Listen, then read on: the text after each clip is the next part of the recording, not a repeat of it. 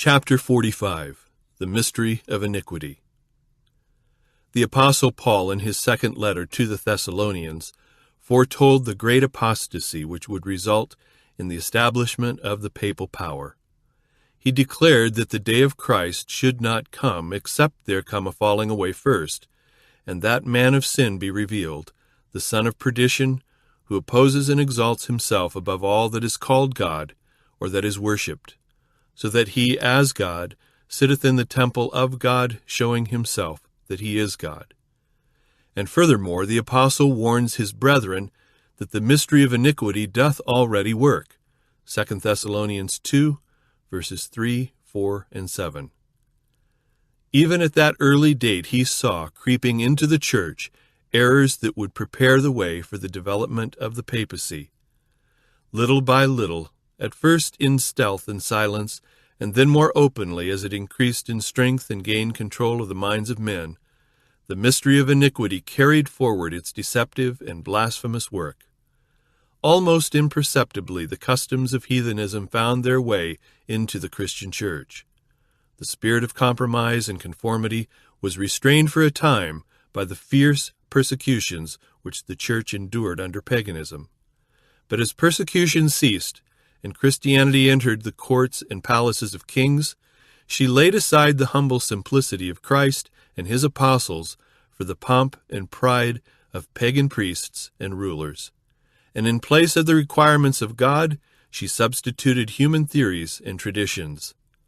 The nominal conversion of Constantine in the early part of the 4th century caused great rejoicing, and the world, arrayed in robes of righteousness, walked into the church. Now the work of corruption rapidly progressed. Paganism, while appearing to be vanquished, became the conqueror. Her spirit controlled the church. Her doctrines, ceremonies, and superstitions were incorporated into the faith and worship of the professed followers of Christ. This compromise between paganism and Christianity resulted in the development of the man of sin foretold in prophecy, as opposing and exalting himself above God. That gigantic system of false religion is a masterpiece of Satan's power, a monument of his efforts to seat himself upon the throne to rule the earth according to his will.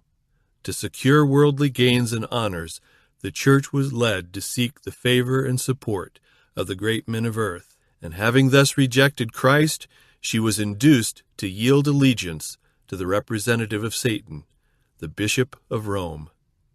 It is one of the leading doctrines of Romanism that the Pope is the visible head of the universal Church of Christ, invested with supreme authority over bishops and pastors in all parts of the world. More than this, the Pope has arrogated the very titles of deity. Satan well knew that the Holy Scriptures would enable men to discern his deceptions and withstand his power. It was by the Word that even the Savior of the world had resisted his attacks. At every assault, Christ presented the shield of eternal truth, saying, "It is written." To every suggestion of the adversary, he opposed the wisdom and power of the Word. In order for Satan to maintain his sway over men and establish the authority of the papal usurper, he must keep them in ignorance of the Scriptures. The Bible would exalt God and place finite men in their true position. Therefore, its sacred truths must be concealed and suppressed. This logic was adopted by the Roman Church. For hundreds of years, the circulation of the Bible was prohibited. The people were forbidden to read it or to have it in their houses, and unprincipled priests and prelates interpreted its teachings to sustain their pretensions. Thus the Pope came to be almost universally acknowledged as the vice-gerent of God on earth, endowed with supreme authority over church and state. Times and laws changed. The detector of error having been removed, Satan worked according to his will. Prophecy had declared that the papacy was to think to change times and laws, Daniel 7, verse 25. This work it was not slow to attempt.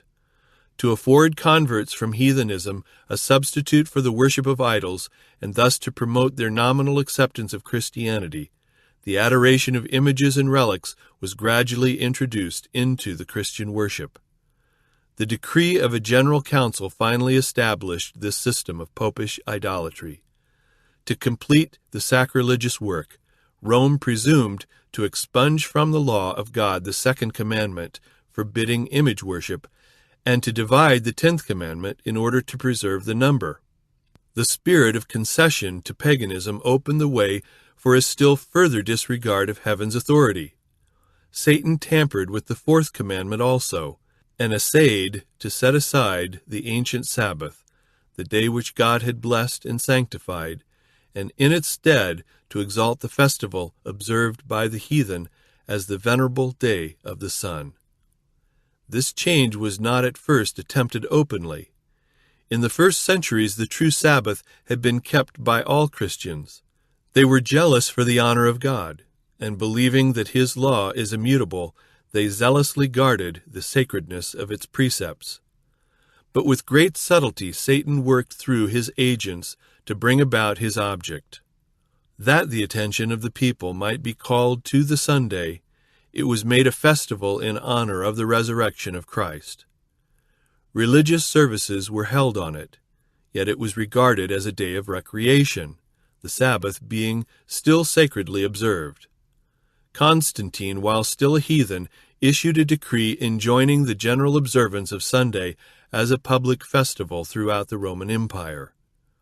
After his conversion, he remained a staunch advocate of Sunday, and his pagan edict was then enforced by him in the interests of his new faith. But the honor shown this day was not as yet sufficient to prevent Christians from regarding the true Sabbath as the holy of the Lord. Another step must be taken. The false Sabbath must be exalted to an equality with the true. A few years after the issue of Constantine's decree, the Bishop of Rome conferred on the Sunday the title of Lord's Day. Thus the people were gradually led to regard it as possessing a degree of sacredness. Still the original Sabbath was kept. The arch-deceiver had not completed his work. He was resolved to gather the Christian world under his banner and to exercise his power through his vicegerent, the proud pontiff who claimed to be the representative of Christ. Through half-converted pagans, ambitious prelates, and world-loving churchmen, he accomplished his purpose. Vast councils were held from time to time in which the dignitaries of the church were convened from all the world. In nearly every council the Sabbath which God had instituted was pressed down a little lower, while the Sunday was correspondingly exalted. Thus the pagan festival came finally to be honored as a divine institution, while the Bible Sabbath was pronounced a relic of Judaism, and its observers were declared to be accursed. The great apostate had succeeded in exalting himself above all that is called God or that is worshipped. 2 Thessalonians 2, verse 4. He had dared to change the only precept of the divine law which unmistakably points all mankind to the true and living God. In the 4th commandment, God is revealed as the creator of the heavens and the earth, and is thereby distinguished from all false gods. It was as a memorial of the work of creation that the 7th day was sanctified as a rest day for man.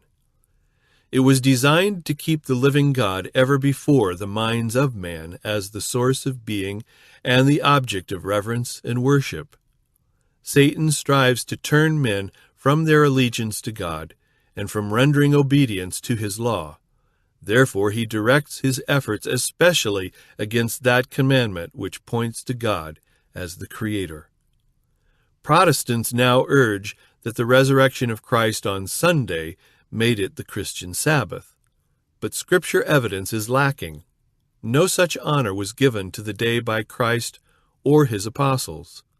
The observance of Sunday as a Christian institution has its origin in that mystery of lawlessness which, even in Paul's day, had begun its work. Where and when did the Lord adopt this child of the papacy? What valid reason can be given for a change concerning which the Scriptures are silent? In the 6th century, the papacy had become firmly established. Its seat of power was fixed in the imperial city, and the Bishop of Rome was declared to be the head over the entire church. Paganism had given way to the papacy. The dragon had given to the beast his power and his seat and great authority. Revelation 13, verse 2. And now began the 1260 years of papal oppression foretold in the prophecies of Daniel and John. See Daniel 7, verse 25, and Revelation 13, verses 5 through 7. Christians were forced to choose either to yield their integrity and accept the papal ceremonies and worship, or to wear away their lives in dungeon cells, or suffer death by the rack, the faggot, or the headsman's axe. Now were fulfilled the words of Jesus, "You shall be betrayed both by parents and brethren and kinsfolks and friends, and some of you they shall cause to be put to death. And ye shall be hated of all men for my name's sake." Luke 21, verses 16 and 17. Persecution opened upon the faithful with greater fury than ever before, and the world became a vast battlefield. For hundreds of years the Church of Christ found refuge in seclusion and obscurity. Thus says the prophet, "The woman fled into the wilderness, where she hath a place prepared of God, that they should feed her there 1,260 days." Revelation 12, verse 6. The Dark Ages. The accession of the Roman Church to power marked the beginning of the Dark Ages. As her power increased, the darkness deepened. Faith was transferred from Christ, the true foundation, to the Pope of Rome. Instead of trusting in the Son of God for forgiveness of sins and for eternal salvation, the people looked to the Pope and to the priests and prelates to whom he delegated authority. They were taught that the Pope was their mediator, and that none could approach God except through him, and further, he stood in the place of God to them, and was therefore to be implicitly obeyed.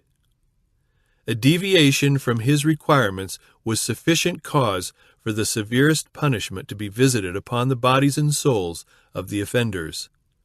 Thus the minds of the people were turned away from God to fallible, erring, and cruel men, nay, more, to the Prince of Darkness himself, who exercised his power through them. Sin was disguised in a garb of sanctity. When the Scriptures are suppressed, and man comes to regard himself as supreme, we need look only for fraud, deception, and debasing iniquity. With the elevation of human laws and traditions was manifest the corruption that ever results from setting aside the law of God. Days of peril. Those were days of peril for the Church of Christ. The faithful standard-bearers were few indeed. Though the truth was not left without witnesses, yet at times it seemed that error and superstition would wholly prevail, and true religion would be banished from the earth. The gospel was lost sight of, but the forms of religion were multiplied, and the people were burdened with rigorous exactions. They were taught not only to look to the Pope as their mediator, but to trust to works of their own to atone for sin. Long pilgrimages, acts of penance, the worship of relics, the erection of churches, shrines, and altars, the payment of large sums to the Church, these and many similar acts were enjoined to appease the wrath of God or to secure his favor, as if God were like men, to be angered at trifles or pacified by gifts or acts of penance. The advancing centuries witnessed a constant increase of error in the doctrines put forth from Rome. Even before the establishment of the papacy, the teachings of heathen philosophers had received attention and exerted an influence in the Church. Many who professed conversion still clung to the tenets of their pagan philosophy, and not only continued its study themselves, but urged it upon others as a means of extending their influence among the heathen. Thus were serious errors introduced into the Christian faith, Prominent among these was the belief in man's natural immortality and his consciousness in death. This doctrine laid the foundation upon which Rome established the invocation of saints and the adoration of the Virgin Mary. From this sprung also the heresy of eternal torment for the finally impenitent, which was early incorporated into the papal faith. Then the way was prepared for the introduction of still another invention of paganism, which Rome named purgatory, and employed to terrify the credulous and superstitious multitudes. By this heresy is affirmed the existence of a place of torment, in which the souls of such as have not merited eternal damnation are to suffer punishment for their sins, and from which, when freed from impurity, they are admitted to heaven. Still another fabrication was needed to enable Rome to profit by the fears and the vices of her adherents. This was supplied by the doctrine of Indulgences. Full remission of sins, past, present, and future, and release from all the pains and penalties incurred, were promised to all who would enlist in the pontiff's wars to extend his temporal dominion, to punish his enemies, or to exterminate those who dared deny his spiritual supremacy. The people were also taught that by the payment of money to the church they might free themselves from sin, and also release the souls of their deceased friends who were confined in the tormenting flames. By such means did Rome fill her coffers and sustain the magnificence, luxury, and vice of the pretended representatives of him who had not where to lay his head. The scriptural ordinance of the Lord's Supper had been supplanted by the idolatrous sacrifice of the Mass. Papist priests pretended, by their senseless mummery, to convert the simple bread and wine into the actual body and blood of Christ. With blasphemous presumption, they openly claimed the power to create their Creator. All Christians were required, on pain of death, to avow their faith in this horrible, heaven-insulting heresy. Those who refused were given to the flames. The noontide of the papacy was the world's moral midnight. The Holy Scriptures were almost unknown, not only to the people, but to the priests. Like the Pharisees of old, the papist leaders hated the light, which would reveal their sins. God's law, the standard of righteousness, having been removed, they exercised power without limit and practiced vice without restraint. Fraud, avarice, and profligacy prevailed. Men shrank from no crime by which they could gain wealth or position.